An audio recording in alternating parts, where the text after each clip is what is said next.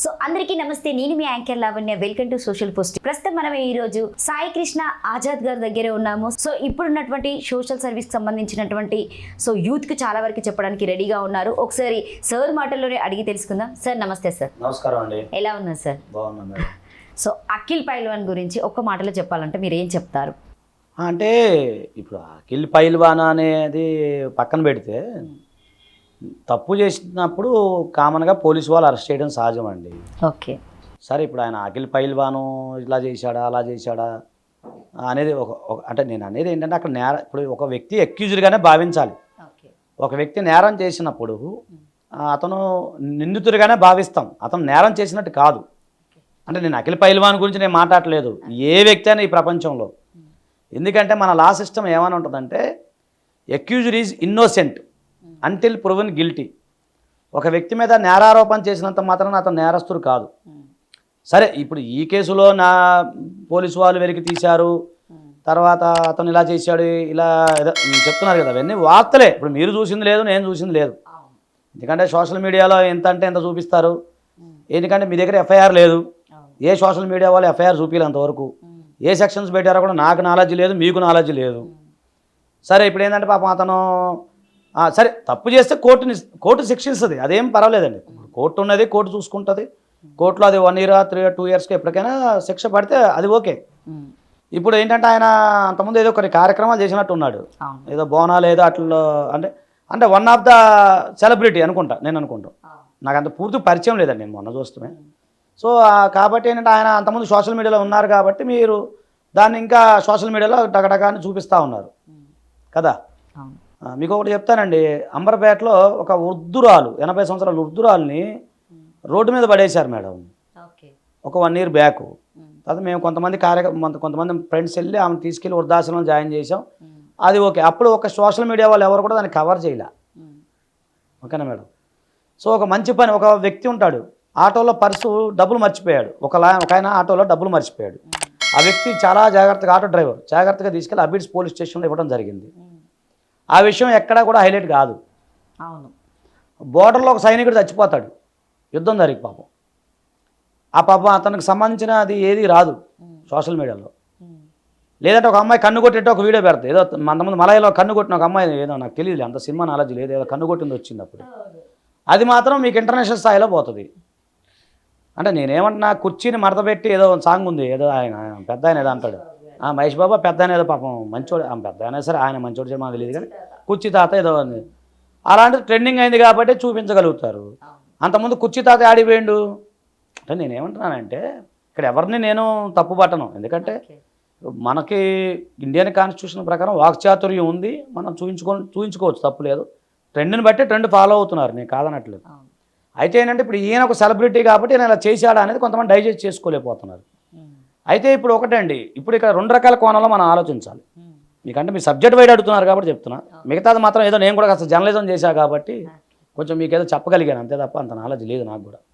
ఇప్పుడు నేనేమంటున్నానంటే ఇప్పుడు అఖిల్ పైల్వాన్ అనే ఆయన విషయంలో చూసుకుంటే పోలీసు వారు ఏ సెక్షన్స్ పెట్టారనేది మనకు తెలియదు. సరే ఆయన చేశాడు, బలవంతంగా మహిళల్ని ఇందులో దింపాడు అనేది అంటున్నారు.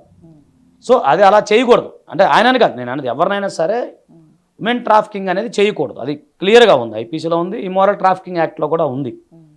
అలా కాకుండా మామూలుగా సుప్రీంకోర్టు ఇచ్చిన కొన్ని జడ్జిమెంట్ ప్రకారం ఏంటంటే స్వచ్ఛంద వ్యభిచారం నేరం కాదు మన భారతదేశంలో. ఎలా అంటే ఒక స్త్రీ ఎవరైనా సరే తనకు తానుగా వాలంటరీగా కనుక వ్యభిచారం చేస్తే ఆ అమ్మాయిని అరెస్ట్ చేయకూడదు. అలాగే అమ్మాయికి సంబంధించిన వివరాలు బయట పెట్టకూడదు, అలాగే ఆమెను ఇబ్బంది పెట్టకూడదు అనమాట. అది చట్టం చెప్తుంది. ఆమెను ఒక బాధితురాలాగే భావించాలి. అంటే ఇప్పుడు రెస్క్యూ హోమ్లో ఇప్పుడు మీరు చెప్పిన అదే ఇప్పుడు అఖిల్ పైల్వాన్ సంబంధించిన దాంట్లో అదే 14 మంది 16 మంది అరెస్ట్ చేశారు అంటున్నారు కదా, 16 మంది అండి. వాళ్ళందరినీ బాధితులాగానే భావిస్తారు. సో అతను వాళ్ళని రెస్క్యూ హోమ్కి తరలిస్తారు తప్ప వాళ్ళకి జైలు శిక్షలు అలాంటివి ఏమి ఉండవు. నిజంగానే అతను ఉమెన్ ట్రాఫికింగ్ చేశాడా, అంటే యువతుల్ని బలవంతంగా వ్యభిచార రొంపులోకి దింపాడా, ఓకేనండి. తర్వాత అతను చెప్తున్నారు కదా ఏదో ఉద్యోగాలు ఇప్పిస్తానని చెప్పి బెదిరించాడా, ఇవన్నీ చూస్తే ఒకవేళ అవి రుజువు అయితే, నేను చెప్పేది ఎలిగేషన్ వేరు, ఎలిగేషన్ అనేది మనకు సంబంధం లేదు. ఆ ఎలిగెన్స్ అనేది వాళ్ళ అడ్వకేట్ చూసుకుంటాడు, ఆ డిఫెన్స్ అడ్వకేట్ చూసుకుంటాడు. సో జనరల్గా ఇలాంటి కేసుల్లో నేను చెప్తున్నాను, ఇప్పుడు అంతకుముందు వ్యభిచార కేసులు ఎవరు దొరకలేదా, ఎవరు అరెస్ట్ చేయలేదా? మరి అవన్నీ మీడియాలోకి ఎందుకు రావు అంటే వాళ్ళు అంత పెద్దగా ఫెమిలియర్ ఫేస్ కాదు కాబట్టి. ఈయన ఏంటంటే ఫెమిలియర్ ఫేస్ కాబట్టి ఇక మనం ఈ మీడియా మొత్తం ఈయన గురించి చెప్తా ఉన్నారు, అంతే కదా మేడం, వాస్తవంగా అదే కదా.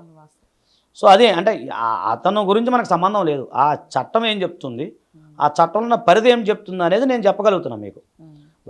ఒక స్త్రీని బలవంతంగా గనక వ్యభిచార రొంపిలో దింపిన, ఆ స్త్రీని గనక వ్యభిచారం కోసం ఎక్స్పోర్ట్ చేసిన, సో అది నేరం.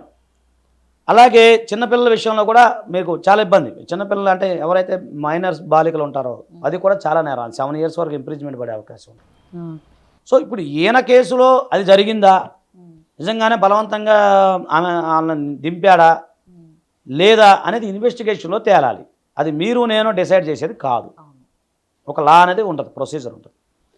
ఈ సమయంలో ఆయన నిజంగానే ఆయన బలవంతంగా చేశాడు, ఉమెన్ ట్రాఫికింగ్ జరిగింది అన్నప్పుడు లా ప్రకారం ఆయనకి శిక్ష పడుతుంది.